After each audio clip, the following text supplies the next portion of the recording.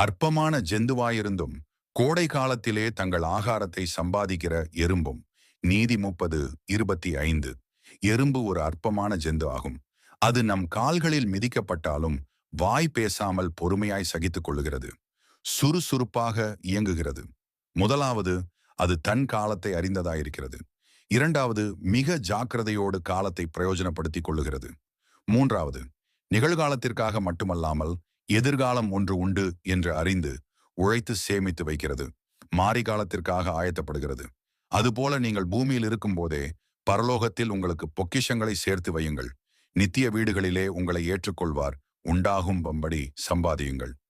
லூக்கா 16:9. கர்த்தர் சுவிசேஷத்தை அறிவிக்க கிருபையின் வாசலை திறந்து கொடுத்திருக்கிறார். ஒரு பின்மாரி காலம் வரப்போகிறது. அதைத் தொடர்ந்து நித்திய மகிழ்ச்சியின் காலங்கள் ஆரம்பமாக போகிறது.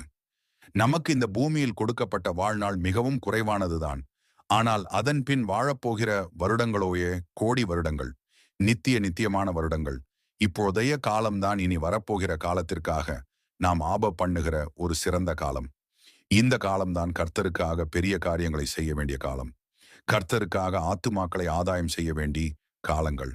கர்த்தரே தேவன் என்று நிரூபிக்கக்கூடிய காலங்கள். நீங்கள் உணர்வீர்களானால் மகா ஞானமுள்ளவர்களாய் மாறுவீர்கள். பில்லிகிரஹாம் எனும் எனக்கு பிரியமான ஒரு மனிதனை பற்றி அவன் செய்த எனக்கு பிரியமான செயலை பற்றி நாளை நான் உங்களுக்கு சொல்கிறேன். என்னை பின்பற்றிக் கொள்ளுங்கள்.